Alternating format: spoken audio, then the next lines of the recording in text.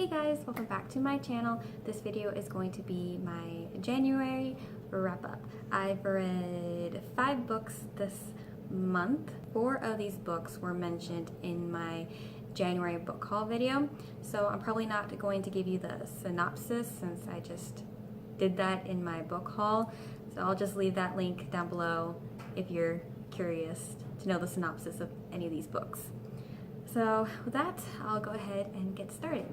The first book that I read this month is Bloodbound, written by Patricia Briggs. Are you guys tired of me talking about the Mercy Thompson series? Because you guys are going to hear me talk about this series a lot this year. It's a 10-book series and it's still ongoing. This is only book number 2. I mentioned this in my January book haul video. Our main character, Mercy, she is super fantastic. I love her to death. She is such a strong character. She is loyal to her friends and she's aware of her fears and weaknesses, but she doesn't let those fears and weaknesses control her or keep her from doing what she believes is right. Always has a reason for what she does, even if her close friends don't agree with her, and I love that she stands her ground. I love how in this book that I got to see the inner workings of a vampire seethe and how they operate, how they are able to live among everyone in the Tri-Cities, how they handle missing persons. And I find it actually quite creepy how they're portrayed and how even among their own kind, how they manipulate each other. So I just found that really fascinating but also creepy. The plot kept me on the edge of my seat. I won't tell you the plot because I feel that will just give it away.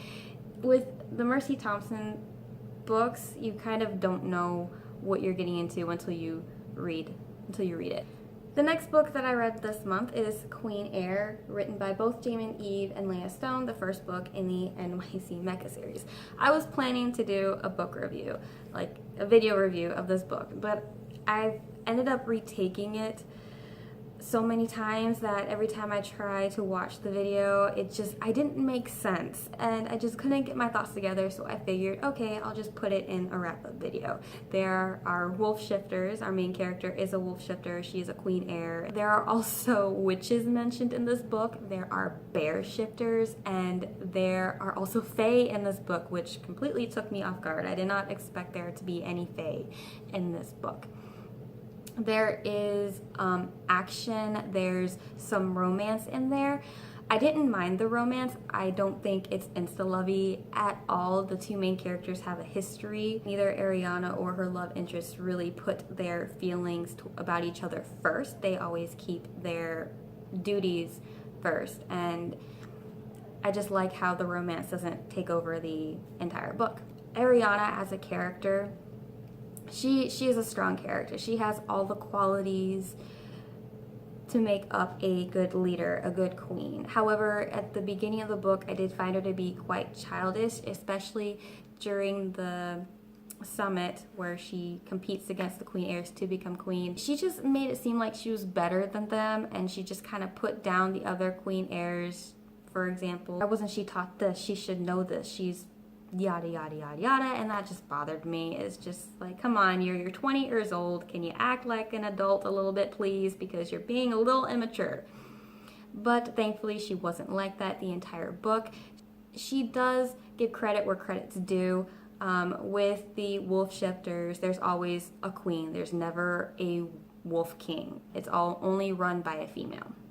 Whereas the bear shifters are always run by a male. There are male alphas, but it's not like she thinks that female alphas are better than male alphas. She respects the male alphas. She respects her people. She wants to protect her people.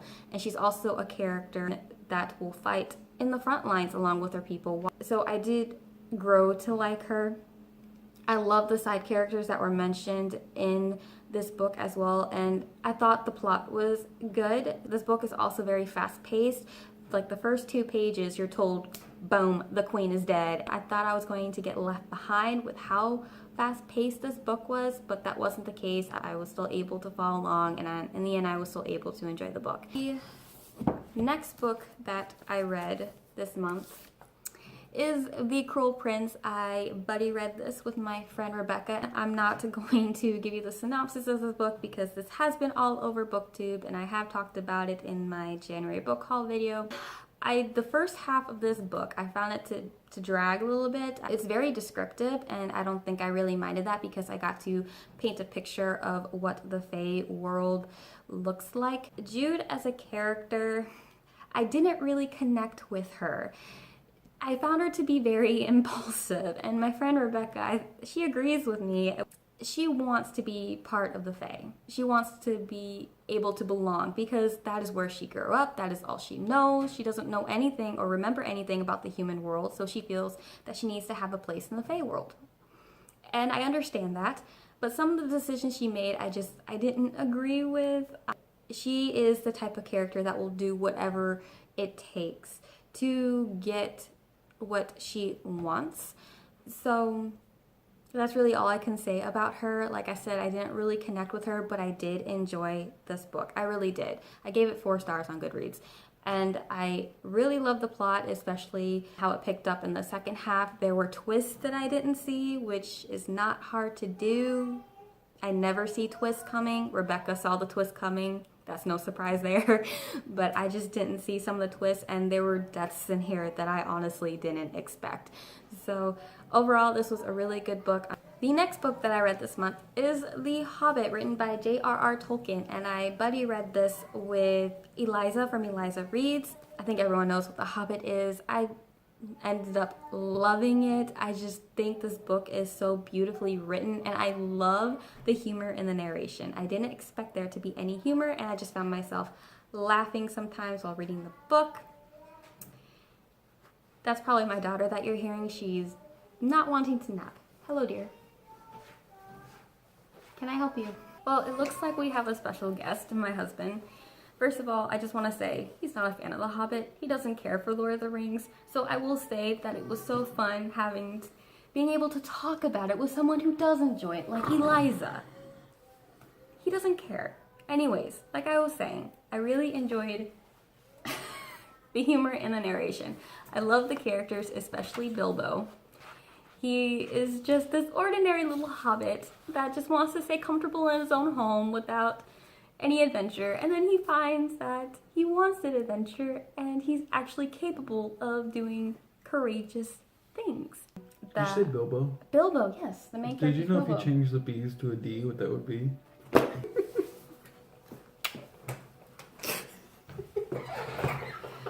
I think he got tired of me talking about The Hobbit. Anyways, J.R.R. Tolkien makes a point that someone as ordinary as a little hobbit is capable of doing things that they never thought would be possible for them. As his friend mentioned, that Tolkien was actually inspired by English soldiers that fought in the World War, so I really appreciated that. The last book that I managed to read this month, I'm surprised I fit it in, is Yona, written by Alison Goodman, and it is a sequel to the first book known as Eon. Eon is a young 16-year-old girl who pretends to be a boy and studies to be the next Dragoneye, and Dragoneyes have dragon powers. They commune with their dragons and use their dragon's power to protect the Empire from natural disasters and to bring goodwill and good fortune all throughout the land. And they're like near the top of the power totem pole, you know? So that's all I will say about Eon. The first book was extremely slow. I did not think I would enjoy Yona very much because of how slow the first book is. The first book did take off in pace in the second half, and things started really happening, and I was on the edge of my seat. Go into this book pretty much where you left off in the last one. This book is very action-packed. It's quicker in pace, and what I wanted to mention with this book is Yona, she has a taste of power. Having that taste of power, she wants more of it. So the constant thing you'll see across this book is power and wanting more power, and whether or not you're able to resist it and what you're willing to lose to gain more power. I'm not one to really look for quotes. I've never came across a quote that really struck at me. But one of the antagonists in this book, his name is Lord Ido, he tells Yona, in the end, power is always used to gain more power. That is the nature of the beast. I love Lord Ido as an antagonist.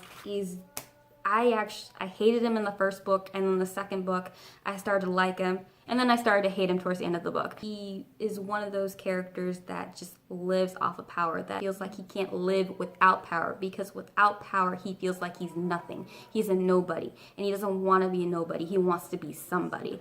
So you kind of see how power just kind of takes over someone's mind, and Yona is trying to fight that urge. And in this book, also, she has to figure out if she's willing to kill one to save many. She doesn't want to do that, and I can, relate to her on that aspect, because I came across that decision to kill this person to save this many people. I still have to have that person's death that I caused on my conscience, which she struggles with as well.